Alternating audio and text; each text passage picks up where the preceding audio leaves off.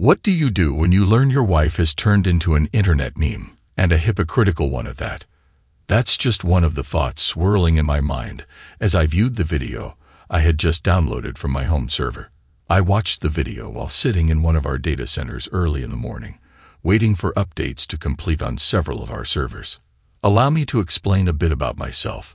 My name is Jim Fielding, and I work as an IT specialist for a bank with branches across the state. For the last 5 years, I've been married to Donna, and until now thought I had a stable marriage. We had even begun discussing starting a family. But sadly, that future was now in question. Donna managed a high-end hair salon downtown, but then the coronavirus pandemic hit. Like so many other businesses, her salon had to close down. Fortunately, I still had a job since banks are considered essential, especially with the stimulus money being lent to businesses to help them survive. Our bank had already instituted a program where most employees could work remotely through VPN, which worked well for me, allowing me to do most of my work from home. However, there were times when I had to drive to one of our data centers or a branch to resolve various issues. The first 2 weeks were great. Donna and I spent lots of time together. However, during the next 2 weeks, things began to get a bit strained. I could tell Donna was eager to return to work, and many others felt the same way. But it seemed like there was something else bothering her. At first, I couldn't pinpoint it, but she became short-tempered and irritable over little things. She hated that I sometimes had to leave to handle problems typically managed by subcontractors. The bank had decided to scale back on its use of subcontractors during the pandemic to save costs, which meant I sometimes had to drive up to 150 miles to take care of tasks like replacing a battery in a branch UPS or performing manual software updates on back-end machines. During that second 2-week period, I began to notice changes in Donna. On several occasions, I thought I caught a whiff of aftershave or cologne when I got home from one of my trips. I didn't use any of that, so I naturally wondered where it was coming from. Perhaps it was from someone she had over while I was gone. But she never mentioned anyone visiting. As time went on, and the lockdown continued, her behavior became more erratic. She would often yell at me about trivial matters while I was trying to work. Then the state health department issued a series of new guidelines about social distancing, mask wearing, and other protocols. Some of it didn't make much sense to me, but being an IT person, I figured I'd do my best to follow the rules. However, Donna took things to another level. Let me explain a bit about Donna. She's always been a by-the-book kind of person, which is one reason her salon thrived. She expected her employees to follow the rules, and they did. When the new guidelines were released, she scrutinized them closely, ensuring we adhered to everything the state suggested. If I had to leave for a job, she made sure I wore a mask, had latex gloves, and took hand sanitizer with me, which felt essential during those times. But that wasn't enough for her. When she realized there was no way we could maintain 6 feet of distance in her king-sized bed, she announced that I would have to sleep in the guest room until the crisis was over, which also meant no intimacy. I couldn't believe it. We lived in the same house and had been together all this time. Surely, if we were going to get the virus, we would have already caught it by now. It's only temporary, she insisted. Besides, you know as well as I do that you can have this virus and not show any symptoms. Look, you're out there touching all kinds of things. There's no telling what you might be bringing home, she explained. But no intimacy. I asked. That's outrageous. It's affecting me too. I don't like it any more than you do, she replied. But the rules are the rules, and we have to follow them. But it didn't stop there. Being someone who followed the rules, Donna decided we could no longer share the same bathroom or eat at the table together, since that would put us closer than 6 feet apart. Donning heavy latex gloves, she divided the dishes into 2 piles, one for me and one for her. We were only allowed to use the dishes from our respective piles, and were responsible for washing what we used. And there was more. She insisted we wash our own clothes. Not only were we not sleeping together, but we weren't eating together either. I suspected that soon she would have us cooking our own meals. For all intents and purposes, we had become little more than roommates living under the same roof. Then the mayor announced what some called a snitch line and a website where residents could report neighbors not following the strict guidelines. I understood the mayor's desire to keep residents safe, but I thought this was a bit excessive. I expressed my concern to Donna, but she had a different view. "I think it's a great idea," she said. "I can't tell you how many times I see people not following the social distancing rules. There's no telling what can happen out there." "Well, I'm not going down that road," I replied. "Suit yourself," she said, "but I intend to make good use of it." "You're not going to report our neighbors, are you?" I asked, considering several of them to be good friends. The last thing I wanted was for any of them to get into trouble for violating the 6-foot guideline. "It's for their own good," Donna huffed. "If they don't care enough about their health, someone else needs to take responsibility." "But Donna, we have to live next to these people, even after the pandemic is over. These are our friends." "Well, they'd better follow the rules," she said haughtily. "I don't want to see one of us get sick because they were careless. All I'm saying is just be careful. You do know we have sunshine laws in this state, right? If they find out you were the one who reported them, it's going to affect both of us. I don't want to lose any friends over this. If they follow the rules, they have nothing to fear," she replied. I couldn't believe what I was hearing. I shook my head and went to my office. That's when I realized my wife had transformed into something of an internet meme. I had read about this in a few articles online. They called them Karens, the suburban women who call the cops on kids having pool parties. One side described them as entitled and self-centered, always looking to complain. As I thought about these descriptions, I could see some of those traits in Donna. God, I hope not, I thought to myself. Over the next few days, I watched her closely. She spent a lot of time by the window, observing what the neighbors were doing. I knew she called the snitch line a couple of times when she saw some neighbor kids playing in a yard across the street. The first time nothing happened, but about an hour after her second call, a police car arrived, and an officer spoke to the kids and one of the parents. After a few tense words were exchanged, the frustrated parent brought her children inside. I only hoped the family never found out that Donna was the one who reported them. There were other signs that things weren't as they should be in our household. I noticed that since the lockdown began, Donna seemed to come up with excuses almost every day to go to Walmart or another store. Normally, she was an organized shopper who made a list for the week's groceries and was in and out quickly. But now, she would be gone for hours, sometimes returning with just a single small item for dinner. I knew there were lines at the store due to capacity restrictions, but something felt off. On top of that, there were days when she would actually get dressed up just to go to Walmart. Who does that? Why not just wear jeans and a sweatshirt like you usually do? I wondered. Why do you have to dress up to go out? I asked her about it a couple of times, but she would only sigh and tell me she simply wanted to look nice. Do you have a problem with me wanting to look nice in public?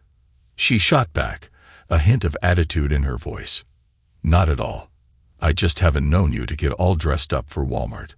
To make matters worse, several times she would run straight to the master bathroom, a room I was no longer allowed to use, after returning home, taking the shower right away.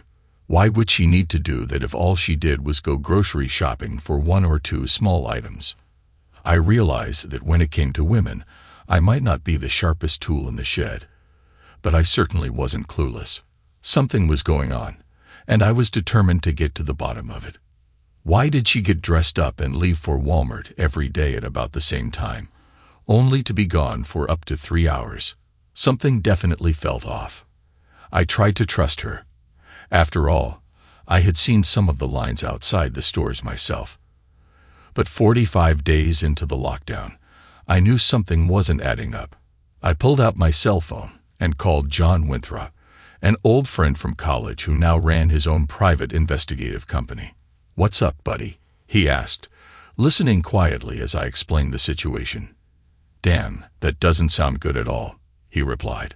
"Email me a recent picture of Donna," and I'll get started. Maybe you should think about putting some cameras in your house that stream to that server of yours." "Good idea," I said as I emailed a picture of Donna to him. "I've got some cameras here that aren't being used," he told me. "If you want, you can borrow them and set them up. Meet me by your office this afternoon, and I'll get them to you." "That'll work," I said. "I'll be there around 2:30. She's usually back from Walmart by then." "Gotcha," John replied. "I just got your email, by the way." "Thanks." "No, thank you. I just want to get to the bottom of this." "You may not like what you find," John warned. "I don't like what's going on now," I told him. "See you this afternoon, buddy." We ended the call, and I pondered his words for a moment. I might not like what he uncovered, but that was better than the uncertainty I was living with. It was better to face the truth head-on and move forward. I showered, changed, and left a note on the kitchen counter for Donna, letting her know I would be gone until later. I met John outside the entrance to my office building. He handed me a box with 3 small motion-activated cameras that could be installed practically anywhere, even in smoke detectors. He also gave me a sheet detailing the installation process. "I hope things work out for you, Jim. I'll get on this right away and let you know what I find out," he said. "Thanks, John. I appreciate it." After he left, I went inside and found that some UPS batteries and several DVDs had been delivered while I was out. Checking my work email and our in-house ticketing system, I learned the upgrades and battery replacements were scheduled for that evening after normal banking hours. Looking at the clock, I realized I had just enough time to get home, set up the cameras, and grab a couple of hours of sleep. When I got home, I found that Donna still hadn't returned, so I grabbed my ladder and headed into the master bedroom, the place I had been exiled from. Out of curiosity, I looked in her hamper and found a pair of underwear that seemed suspicious. Disgusted, I shook off the thought and focused on my task. As I finished installing the camera in the smoke detector, Donna walked in. I immediately noticed the hint of cologne on her. "What are you doing in my room?" she asked. "Your room," I responded, annoyed. "Last I checked, my name is on the mortgage, which means I can go into any room I choose, including the master bedroom, the place where we used to sleep together." She recoiled slightly, surprised by my tone. "I had to change the battery in the smoke detector. I'll be doing the same in the guest room and the living room." "Okay," she said, "but you don't have to be so sure with me." I said nothing and finished my work as she went into the bathroom to shower. I moved to the guest room, where I had been sleeping, and did the same there. After that, I headed to the living room. Once I finished, I put away the ladder and went into my office to check that the cameras were connecting to my server. It took a few minutes, but I was pleased with the results. The images were clear, and I could hear everything happening through the tiny microphones. I watched as Donna came out of the bathroom dressed in jeans and a light sweatshirt. I hoped nothing incriminating would be caught on camera and that we could move forward. "I have to go to the data center tonight to install some updates on our servers," I told Donna as I reached the top of the stairs. She seemed pleased to hear I would be gone. "I'll probably be gone almost the whole night, so I'm going to grab a couple of hours of sleep first." "Okay," she replied, walking off without any apparent concern, not even bothering to say goodnight. I couldn't help but recall a time when news like this would upset her. Shaking my head, I entered my room, trying to catch some rest. I woke up when my alarm went off and made my way to the bathroom to brush my teeth and take a quick shower. Dressed, I headed downstairs to prepare a sandwich and grab a cup of coffee for the road. Donna was sitting on the couch, silent. I felt the urge to reach out to her. "Donna," I called from the dining room table.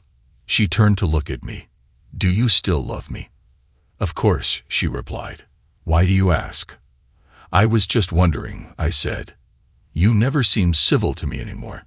You don't even say you love me, and it feels like we're just roommates." Exasperated, she sighed. "Is that what's bothering you?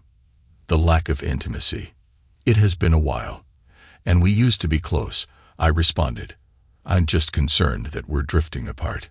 She nodded. Maybe you're right. I'm sorry if I seem off lately. Once this is all over, maybe we can plan a nice vacation. Yeah, that would be nice, I agreed, even though I didn't believe it would happen. Look, I'm going to be out most of the night getting these updates done. I'll call you when I'm ready to come home. Okay, she said, returning to her program. After finishing my meal, I headed into the office to check on my server, then grabbed my briefcase and locked the door. As I opened the front door to leave, I glanced back at Donna. I'm headed out now. Love you. Yeah, me too, she replied, not looking up.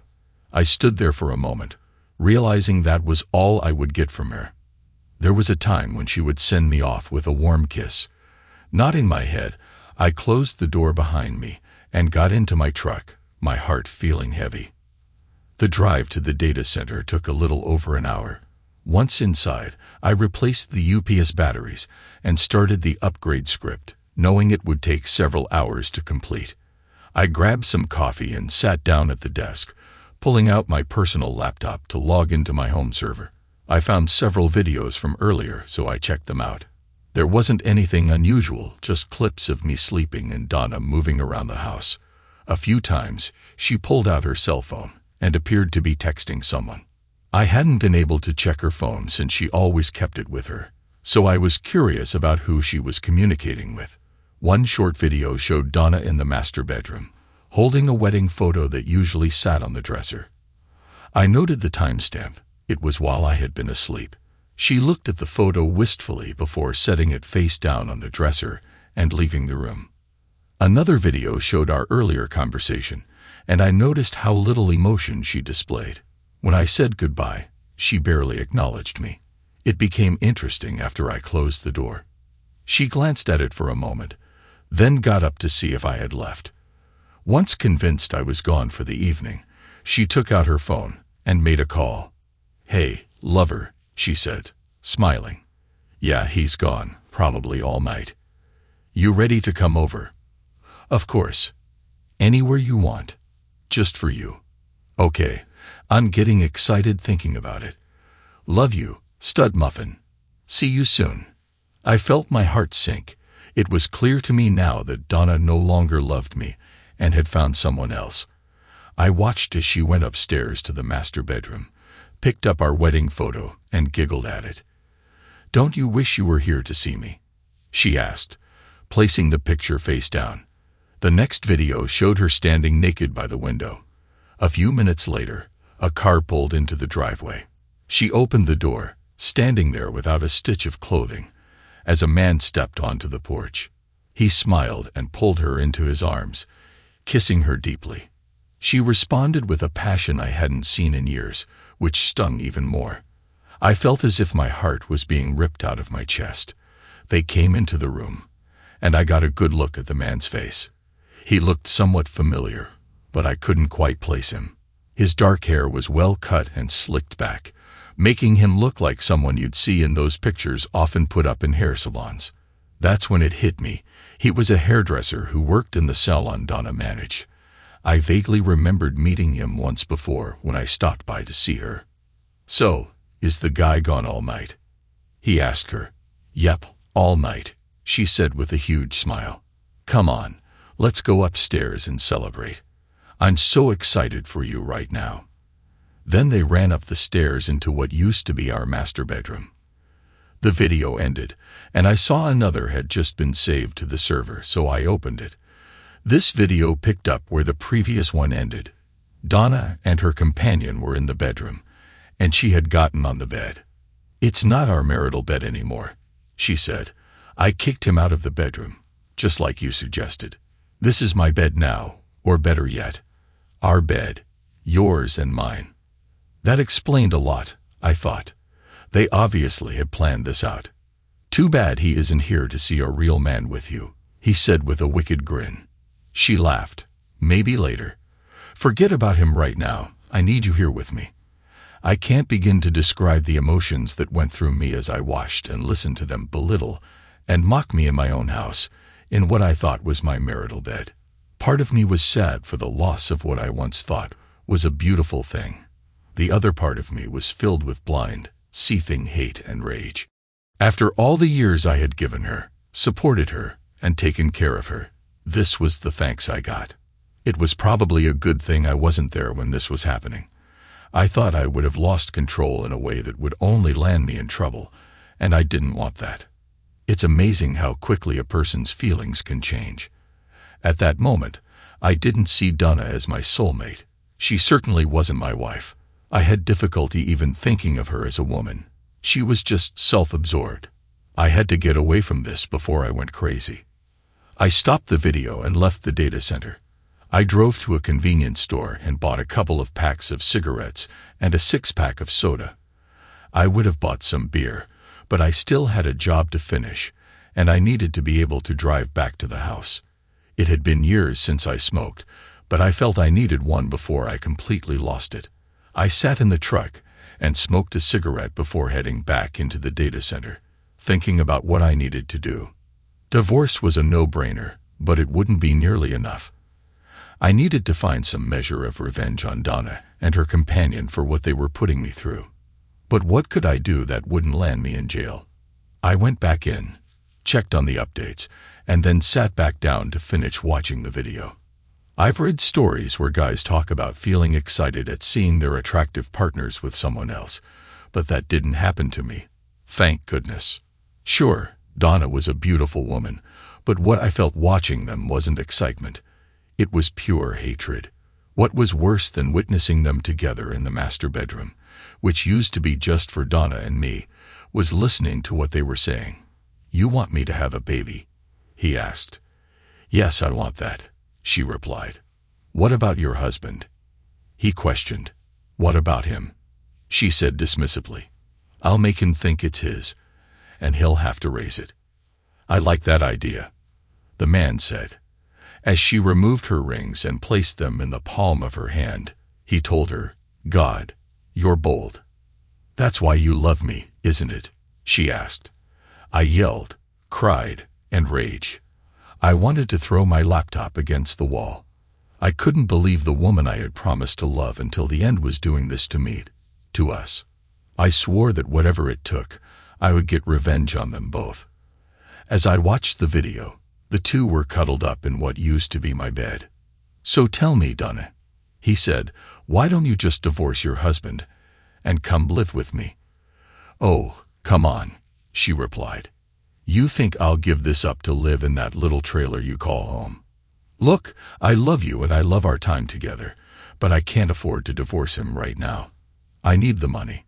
So I thought, that's all I am to her now, a source of financial support. I was done with that. I stopped the video and went online to check our account. I did the usual things, opened a new account in my name only, transferred half of all our money into it, then paid off and canceled our joint credit cards. I also went into our online HR page and removed her name from my retirement account. I would have taken her off my insurance, but I couldn't because it was an open enrollment, and I didn't have a final divorce decree according to HR's rules. Other than that, I did everything I could to separate her from me financially. One of the benefits of working for the same bank that held our account. I started the video again. "So are you telling me that once this pandemic is over and we're back to work, you'll divorce him?" he asked. "Yeah, by then I'll have more money saved up and I can file for mental cruelty or something. I'm sure I can find a lawyer who'll take him down." "Not if I find one first," he replied. I thought, this looks like it's coming back to life. I couldn't take much more of this and fast-forwarded through this part of the video. After they were done, they lay back down in the bed and snuggled some more. So much for social distancing, I thought. After a while, they went to sleep, and it looked as though the night's events were over. I checked on the status of the updates. I figured they would be done in about an hour, so I sat back down and contemplated what I should do. After what I heard tonight, there was no way I could ever imagine being in the same house as Donna again. I had seen and heard enough, and I felt there was no need for John to follow Donna. So I came up with an idea. I spliced several pieces of video into one clip and sent it to every one of her family members, explaining that I would be getting a divorce and filing under adultery. By then, the updates were complete, so I tested the systems and verified everything was working as it should. I packed my things and headed back out to the truck, deciding to interrupt Donna's little gathering. I checked the time and found that it was only 1:30 a.m., which meant it would be about 2:30 by the time I got home. Donna wasn't expecting me until much later. Good, I thought with a wicked smile. I got in the truck, lit a cigarette, and headed out. It was actually 2:25 when I got home, so I turned off the headlights to avoid waking Donna or her companion. I parked in the driveway next to the car, not bothering to open the garage door. I went into the house, turned off the security system, and put my laptop bag in my office. Then, I slowly crept up the dark stairway and walked through the open master bedroom door. They were both sound asleep, their arms around each other. How touching, I thought. I stepped into the room and turned on the overhead light. "Get up, get up, get up," I shouted, mimicking my drill instructors from boot camp. Surprised and scared, they jumped out of bed, confused about what was happening. "What the hell is going on in here?" I yelled at the top of my voice. "Oh my God," Donna exclaimed when she realized it was me who woke them up. "Jim, what are you doing home? You were supposed to be at work all night." I finished early and wanted to see my loving wife, I sneered. But what do I find? My wife with her lover in my bed. Thad looked at me, terrified. "Man, I'm sorry," he stammered. I glared at him. "Just get your clothes on and get the hell out of my house," I roared. "You have 30 seconds, and 25 of them are already gone. Move." He ran around like a chicken with its head cut off, scrambling to find his clothes. I turned to Donna. "Maybe I should call the mayor's tip line and report you for violating social distancing guidelines," I told her. "Pack your things and get out now." "Jim, please. It's not what it looks like," she begged. I laughed in her face. "Oh, please spare me. You say you love him. Go live with him." "But," she stammered. "No buts," I said. "Get out now. I'm no longer your source of support. You want to have children. Fine, go stay with him in his trailer. I'm seeing a lawyer about a divorce as soon as I can. Now get out. Don't make me repeat myself." "Wait, you know about," she began. "I saw and heard everything you two said and did tonight." Her eyes grew wide as she processed my words. "And right now, you make me want to puke." She started crying as the realization hit her. "Stop crying," I growled. "Pack your things and get out. Whatever you leave behind is either getting burned or thrown away." "You can't mean that," she cried. "Oh yes I can. And I do," I told her. "I love you exclusively, and you repaid me with lies and betrayal. Right now, I hate you with every fiber of my being. I never want to see you again as long as I live. Is that clear enough for you?"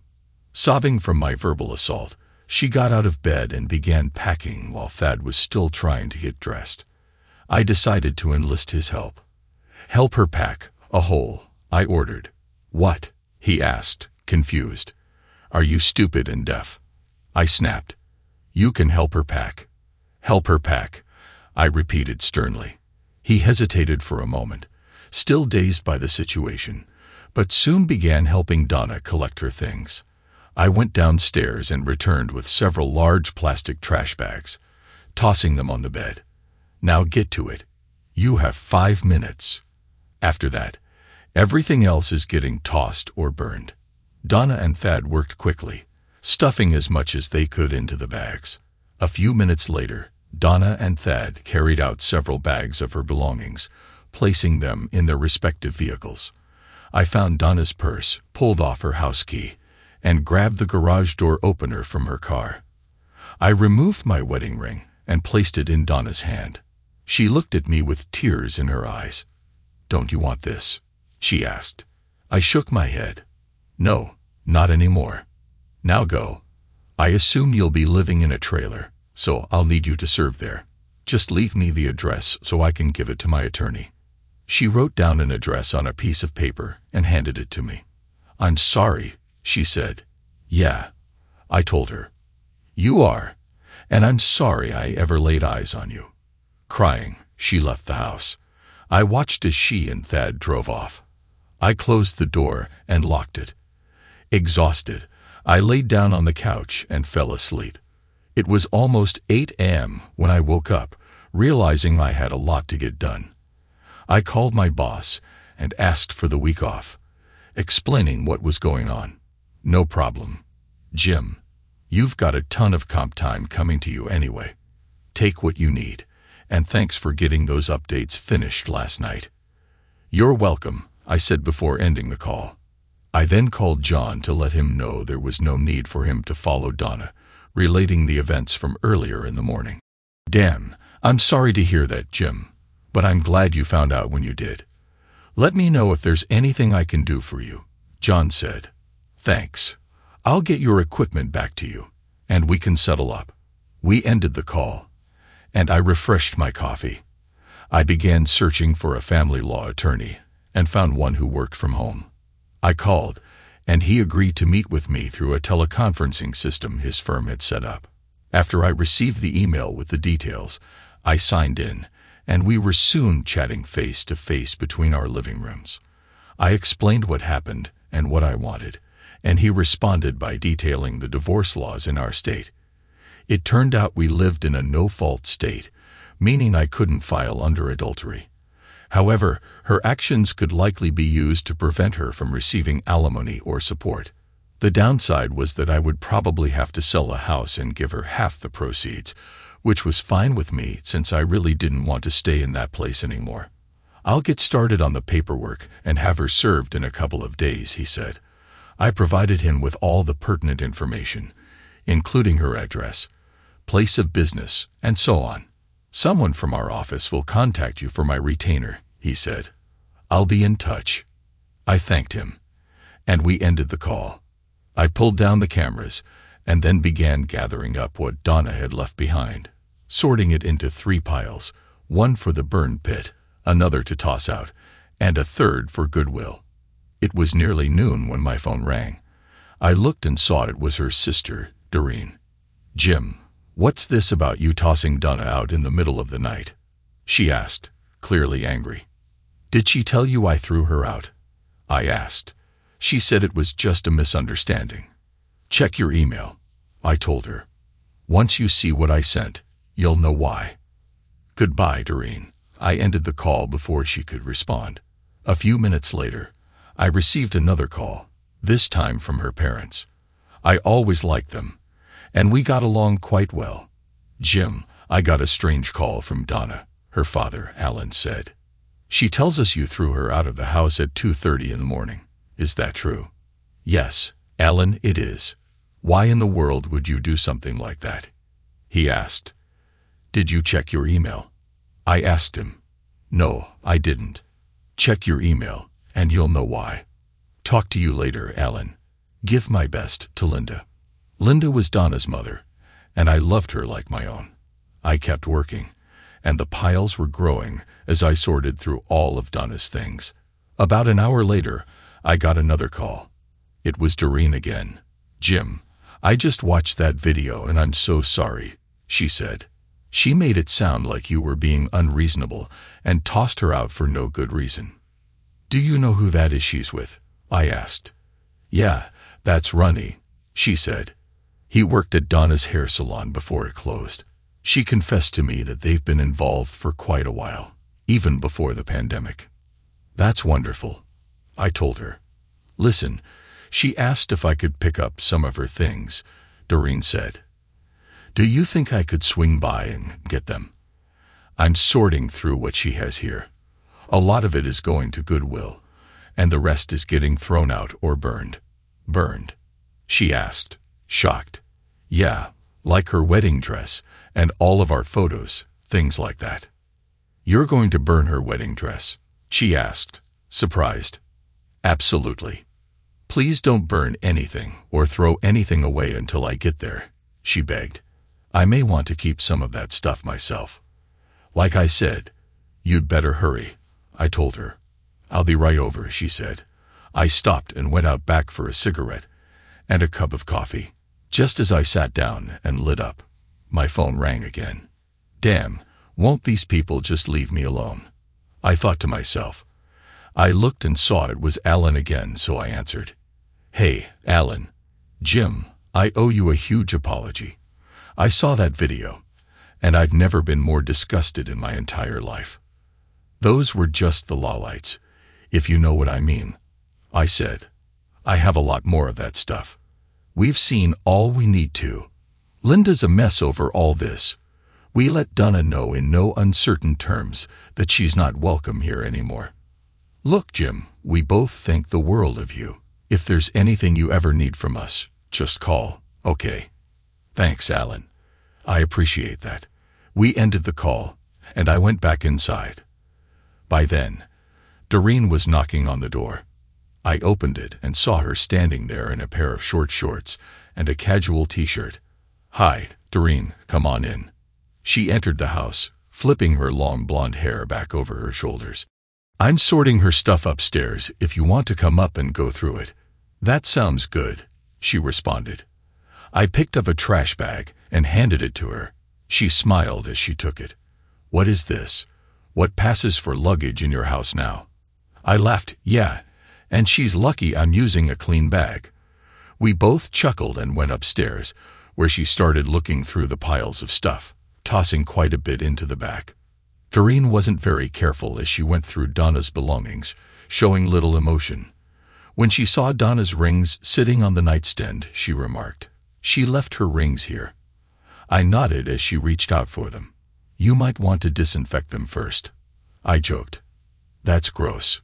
No way am I touching those things. What are you going to do with them?" "I don't know. I was thinking about cleaning them and then selling them at a pawn shop or something. They're worthless to me, and they obviously don't mean anything to Donna anymore." "Obviously," she said. "Well, I'll let you grab what you want. I'm going out back for a bit. Feel free to come out if you want to talk or something." "Okay," she said. I warmed up my coffee and went out back for another cigarette.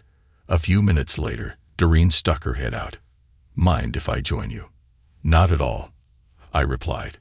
She came out and sat in a chair opposite me. "I didn't know you smoked. I quit some time ago, but started back up last night after I saw that video. Nasty habit. Mind if I join you? It's a free country." I was surprised that she smoked too. She pulled a pack out of her purse, and I offered her a light. She leaned back and looked at me before speaking. "My sister is an idiot. I can't believe she treated you as bad as she did." "You don't know the half of it," I replied, telling her how Donna kept us apart, claiming it was because of the virus. In reality, it was meant to keep me away from her. "She's not just an idiot, she's a stupid idiot," Doreen said.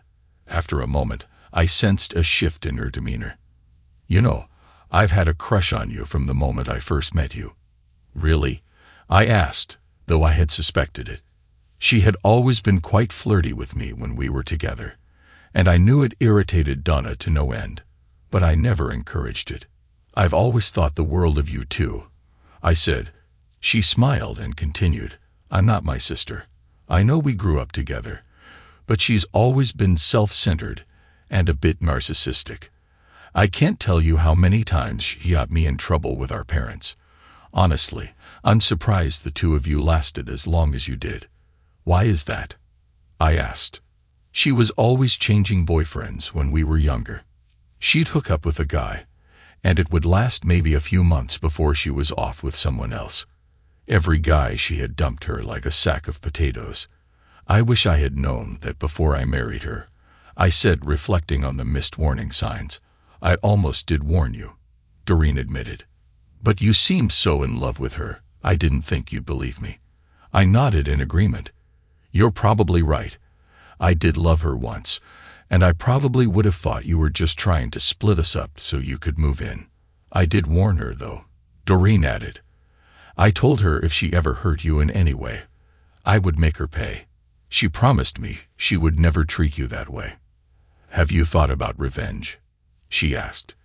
"It's crossed my mind," I admitted.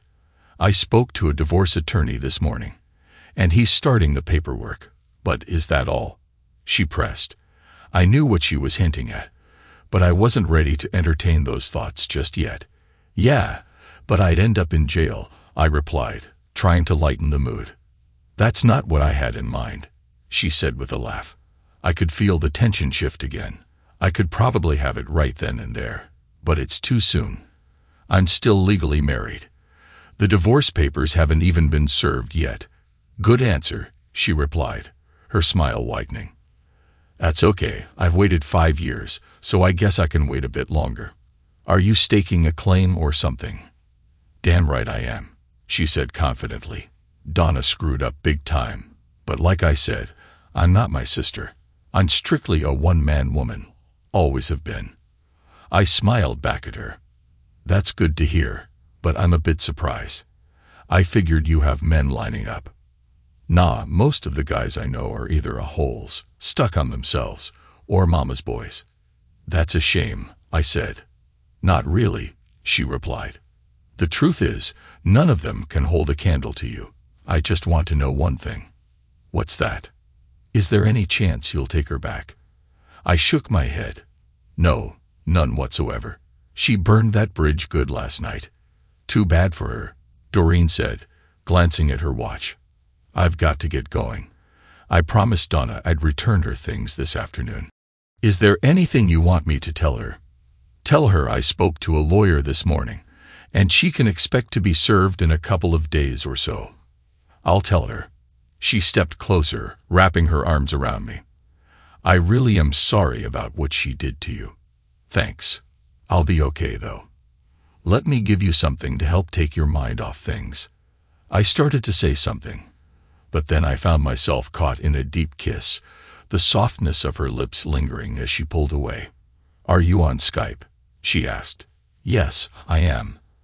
I wrote down my Skype handle and handed it to her. "Good. I'll meet you on Skype this evening, and I'll let you know how it went." "Okay, yeah. I look forward to that." I helped her carry the rest of Donna's things to her car and kissed her lightly after she got in. I watched her drive away, then went back inside. I hoped I wasn't jumping from one difficult situation into another, but I didn't see any deception on her part at all. I grabbed another soda and started for the back door when my phone rang again. This time it was Donna. "What do you want?" I asked when I answered the call. "You scumsucker," she screamed. "How could you do that to me?" "Do what?" "You know what," she yelled. "You sent that horrible video to my parents and my sister. Now they all hate me." "Why did you do that?" "Why do you think?" I asked. "As I recall, it was you who cheated on me. It was you who lied to me and stabbed me in the back. I loved you exclusively for years, and you do this to me." "Stop calling me that," she shouted. I knew she hated that word, which is why I used it. But I didn't care. "Isn't that what you are? A worthless, no good, lying cheat. Face it, that's all you've ever been. And that's all you'll ever be. We're finished. I spoke to a lawyer this morning, and you can expect to be served with divorce papers in a couple of days or so. Meanwhile, I don't want to hear or see you ever again." "Jim, please, I'm begging you," she cried. "I'm so sorry for what I did. We can work through this." "No, we can't. You destroyed me with your cheating, and I'm through putting up with it. You made your choice. Now you get to deal with it. Goodbye. And I'm serious when I say I hope to God I never see you alive ever again." I thought I heard a sob, but I frankly didn't care. I ended the call and instantly blocked her number. Later that evening, Doreen contacted me on Skype. From what she told me, Donna wasn't too thrilled with the condition of her things. Too bad, I thought. I told Doreen about Donna's call, and she had a good laugh. "It serves her right," she said. We talked a bit longer before ending the call. I thanked her for everything she had done. It meant a lot to me. "It's my pleasure," she said sweetly. "I'll be in touch." The next day, I finished sorting through the rest of Donna's things. I cleaned her rings, then took the pile of items going to Goodwill and loaded them into the truck, stuffing it all into trash bags. After dropping off the bags, I stopped at a pawn shop and sold her rings, getting a fraction of what I had paid for them 5 years ago. Oh well, I thought, if Donna wants them, she can go buy them back. I even mailed the pawn ticket to her at Ronnie's trailer, so she could get them if she chose. I figured she would get the ticket in a day or two, so there might be a chance she could still retrieve them. I'm not completely heartless after all. I called John and arranged to return the surveillance gear he let me use. Getting back home, I tore the bed down and put it in the front yard along with the dresser and nightstands. I put a sign on it saying free. Within a couple of hours, it was all gone. I gathered the rest of the items, which included her wedding dress and all the photos that included her image, and carried them out back. I pulled a 50-gallon drum out of the garage, stuffed everything inside, soaked it down, and set it on fire. I stayed with the drum until everything had burned to ash, then made sure the fire was completely extinguished and placed the lid on the drum. I decided to leave it there until it cooled off enough to move. I went back inside and looked around to make sure I had removed everything that might remind me of Donna. It looked a bit bare, but I figured it was worth it not to be reminded of her. By then, it was evening, and I was exhausted, so I fried up some hot dogs and watched a bit of TV before going to bed. I slept in the next day, but still got quite a bit done. I opened the windows in the now empty master bedroom to air it out, then grabbed some spackle and filled in the nail holes. I grabbed the carpet shampoo machine and cleaned the carpet as best as I could. It was late afternoon by the time I finished all that. While I was in the garage cleaning out the shampoo machine, I saw Ronnie's car pull up out front. I opened the garage door and grabbed a baseball bat I had by the back door. I stood by the open garage door and saw them get out of the vehicle and start walking to the front door. I stepped out and stopped them. "What do you want?" I asked. Donna looked at me and held up 2 envelopes. "What is this?" she asked. "If I'm not mistaken, those are divorce papers," I said. "Sign them and send them back. I've been more than fair, so the sooner you do that, the sooner we can end this sham of a marriage. And don't fight me on this. I'm prepared to use the video I captured of the 2 of you in our bed." "Well, what's this?" she asked, holding up a smaller envelope. I recognized it as the one I mailed to her earlier. "That looks like a pawn ticket. I got rid of your rings. I took a loss on them, but I guess that's just the way it goes. I sent you the ticket in case you wanted to buy them back. I don't want them, and from what I saw, you didn't care about them either. I suspect the judge will understand why I did what I did." "You scum," she cried. "Do you really hate me that much?" "Yes, I do," I told her. "What else did you do?" she asked. "I got rid of the rest of your stuff, just like I promised. I gave away the bedroom set, sent everything else to Goodwill, and I burned the rest." "Burned?" she asked, tears falling down her cheeks. "What did you burn?" "Your wedding dress. Any pictures that included you. Just junk." "You actually burned my wedding dress," she said. "Yep. You want the ashes or something." She broke down sobbing as Ronnie held her. He looked at me before speaking. "You really are heartless," he said. "Yeah, I am, especially when someone I once loved with all my heart stabs me in the back like she did. I should warn you, though, she's likely to cheat on you before too long, so don't get too used to having her around. Now get the hell off my lawn and out of my neighborhood." He turned her around and guided her back to his car. She turned to look at me before she got inside. She started to say something, but I cut her off. "By the way, you 2 look to be a lot closer than 6 feet, and neither of you is wearing masks. Maybe I'd better call the mayor's hotline and report the 2 of you." I pulled out my phone and acted as though I was actually going to call. She sobbed as she got in the car and closed the door. Ronnie got in and took off, squealing his tires. I smiled and put my phone back in my pocket. I figured she would probably fight the divorce, so I was surprised when I got a call from my lawyer the next morning telling me she had signed the papers and dropped them off at his firm. I got them filed, and we have a tentative court date set for 2 weeks from today, he said. Fortunately, the court in this county is a lot more technologically advanced than many others, and this can be done online.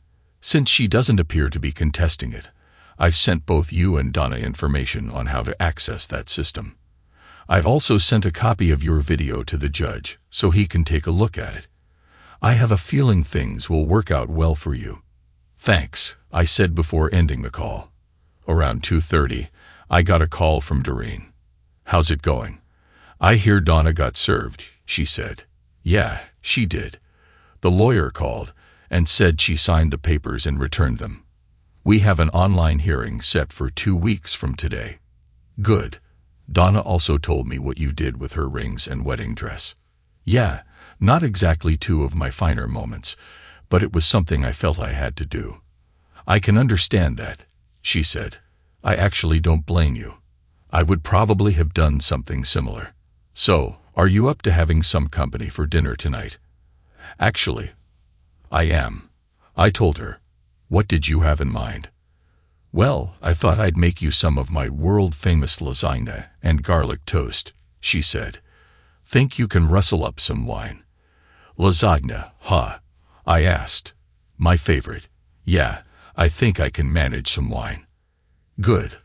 I'll be there about 6:30 if that works for you. I look forward to it, I said. We talked for a while, then ended the call. Afterward, I headed out to grab a bottle of wine, stopped to buy some flowers, then came back and jumped in the shower. I shaved and dressed, putting on a clean pair of jeans and a polo shirt. I saw that I had a little bit of time before Doreen arrived, so I pulled out the good dinnerware set the table, and placed some candles in the center. I felt a bit like a high school boy wanting to impress his first date. I had just lit the candles when the doorbell rang. I opened the door and invited Doreen in, taking the hot lasagna from her and setting it down on a heat rack I had already placed on the table. She put the garlic bread on a large plate I had set out for it. As she did, I took in her appearance. She looked absolutely stunning in a short black dress. I couldn't help but smile. You look every bit as delicious as this lasagna, I told her. Well, thank you, she replied with a playful smile. And you look pretty fetching yourself in that polo shirt. By the way, I like what you've done with the place. I don't see anything that suggests Donna ever lived here. That was the idea, I said. I took a bite of the lasagna and immediately felt a wave of comfort wash over me. This is the best lasagna I've ever eaten, I told her. I'm glad you like it, she said. Just wait until you see what I brought for dessert. Doreen's tone hinted at something more than food. A grin spread across my face, and I was eager to see what she had planned. After we finished our meal, Doreen helped me clear the table. Then she turned to me, her eyes sparkling. Ready for dessert? She asked with a mischievous smile. Before I could respond, she reached up to untie her dress. I was taken aback, caught off guard by her boldness. What's the matter? She teased. Haven't you ever seen a woman without her dress before? Not one as stunning as you. I managed to respond, my voice faltering slightly. She leaned in and kissed me deeply, igniting a rush of warmth and passion I hadn't felt in a long time. Are you really ready for dessert? She whispered, her voice filled with desire.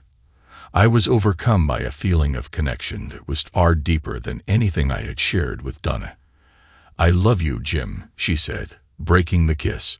I've always loved you, and I always will. I promise to be yours as long as you'll have me. I felt an unexpected surge of emotion. I love you too, Doreen, I said, feeling the truth of my words. I wish I'd met you before Donna. She smiled warmly and added, There's something I want to do. Of course. What is it? I asked. Let's go upstairs, she suggested, her voice soft but firm. We climbed the stairs hand in hand and entered the guest bedroom. Though the bed was smaller than the one in the master suite, It was perfect for the two of us. We shared a beautiful night together, falling asleep in each other's arms. The next morning, I awoke feeling rejuvenated, and I had Doreen to thank for that. We headed downstairs, where I brewed coffee while she prepared breakfast. Sitting at the counter, I couldn't help but admire her as she cooked. "I could get used to this," I said with a smile. "I hope so, cowboy," she replied playfully, returning my grin, "because I intend to do this every chance I get." As we ate, she mentioned her plans for the day. "I need to start getting the place ready to sell.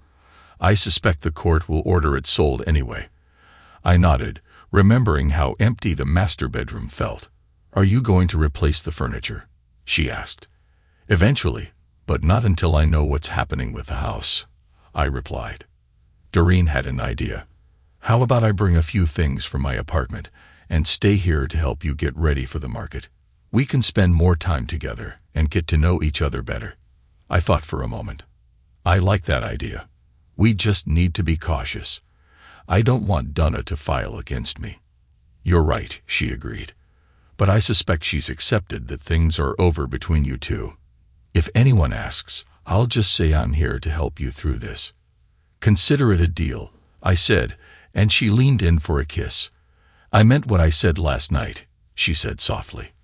"I love you. I'll always be here for you, no matter what." "I love you too, Doreen," I replied, feeling genuine warmth for her. I hoped this wasn't just a rebound relationship. After some quick arrangements, she got dressed and headed out. The following weeks were wonderful. Doreen spent most nights with me, helping me manage the house and make it feel like home again. We painted the walls and found a rhythm that worked for both of us. Even when I had to work late or travel for my job, she understood and was perfectly fine with it. We stayed in touch over Skype until she had to go to bed. The most important thing for me was developing trust, and Doreen seemed to sense that without me saying anything.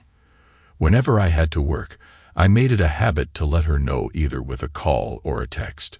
She would do the same if she needed to run to the store or head back to her apartment. By the end of the 2 weeks, it felt like second nature to us both. It would be an understatement to say that she went a long way toward healing my heart over those 2 weeks. It almost felt like a pre-honeymoon, and we learned a lot about each other. It turned out we had a lot in common, even in our taste in music. Eventually, the date for our online hearing rolled around.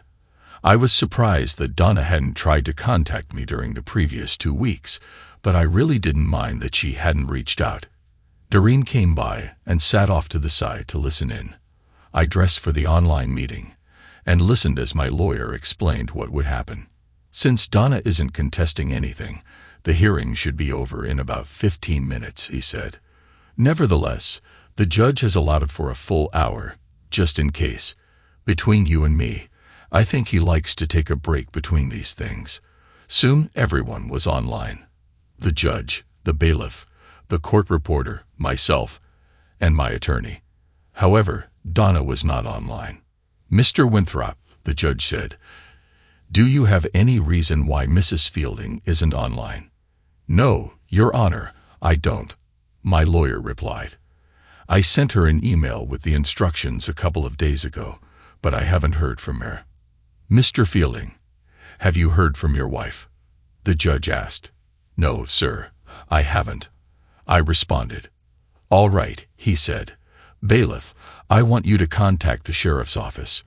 Get them out to Mrs. Fielding's address immediately. If there's no good reason for her not to be online, have her taken into custody." "Yes, sir," the bailiff replied. We sat around, cooling our heels, waiting for something to happen. Finally, after about 45 minutes, the bailiff returned. "Your Honor, I just heard from the deputies who were dispatched to Mrs. Fielding's residence. According to them, both Mrs. Fielding and her companion were found deceased. The medical examiner has been called to the location." "I see," the judge said. "Thank you, bailiff. Mr. Fielding, it appears your petition for divorce has been rendered moot by your wife's untimely death. I will wait until I receive official word from the medical examiner before I officially close the case. In the meantime, Please accept my condolences, and the condolences of the court for your loss."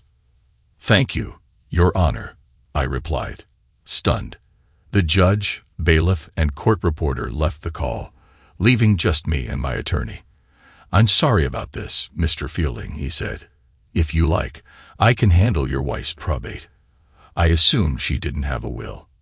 "No, she didn't," I said. I held Doreen as she cried over Donna's death. I felt a bit of sadness as well.